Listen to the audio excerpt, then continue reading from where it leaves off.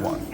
Hey guys, what's up? Steven here from Three Swords Podcast. At my locals today, just went undefeated with Sanji. I know this entire week I've been posting Sanji videos. Well, time to prove it. So starting here, we got the leader. Super good with it triggers with the vanillas. You get to untap 2 Dawn, and then that lets you play the most cracked events in the entire game, which are all 2 costs. So it's really, really absurd. Starting the deck off with 4 copies of Jinbei.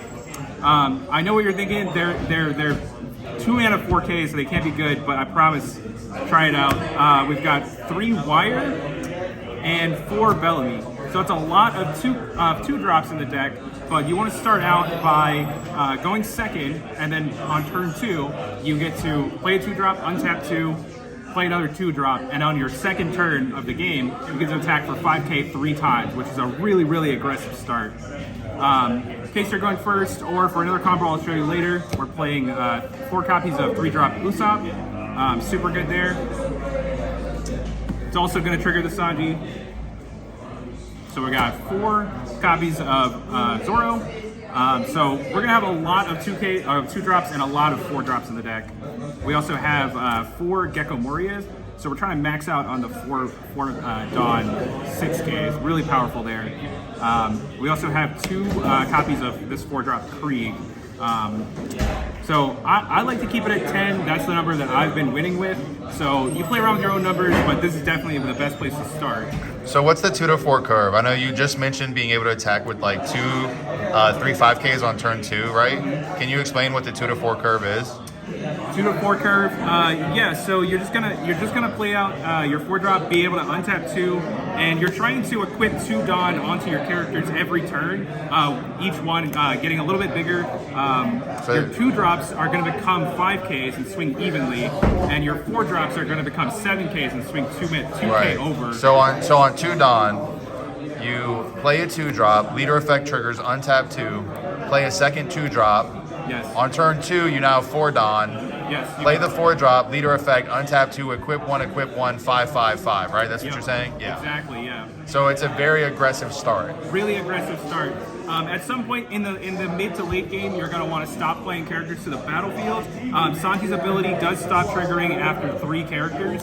And so when your opponent's attacking your characters, you want to kind of let 1 attack happen and get yourself back down to only 2 so that you can play the 3rd and untap again. But we'll show you that once we get over to the event side of things. For characters still, we're playing 4 6-drop 8Ks. I think this card is so much power on the battlefield. You're really going to be able to take down characters, and then this is going to pivot you into being that last bit of damage that you need. This is the reach. That guy's absurd. So now getting away from vanillas, we don't play very many cards in the deck that are not vanillas, but we do play a few really powerful green cards. So we got 3 7-drop kids. For obvious reasons, this card just beats entire decks by itself, so we want to try to max out on that without playing the 4th copy, but your mileage may vary. Then we've got 2 8-drop kids. If you can get to 10 Dawn, this card is going to pop off for you.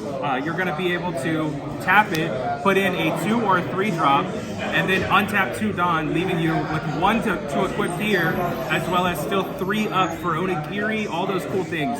So that's it for the characters in the deck. Let's go over to the events. Starting off, we're playing 2 repels, just for that additional Sanji ability when we don't actually have Onigiri or whatever. This lets you, one thing that I noticed when playing against opponents is on that last turn where you are at 0 or 1 life, your opponent will really overextend in order to kill you.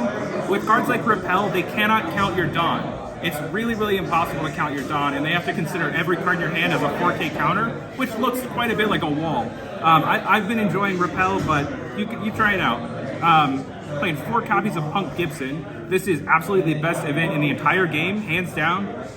This tapping down blockers, anything that might get in your way. And a lot of things right now in the meta seem to be 4-drop 6Ks, and this just taps that down, and if your opponent swings wrong, this can just eat their entire turn.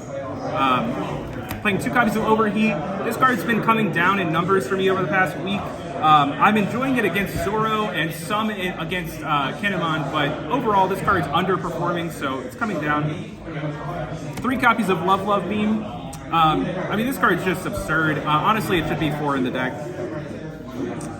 And then for 3 cost event cards, because we do play 5 of them, just so you can use your Dawn as efficiently as possible, as well as get out of really, really big attacks like Edward Newgate can do, as well as your opponents putting 10 Dawn on their leader and saying, good luck countering out of this. Well, we can. So we're playing 4 Onigiri, which combos insanely well with Sanji.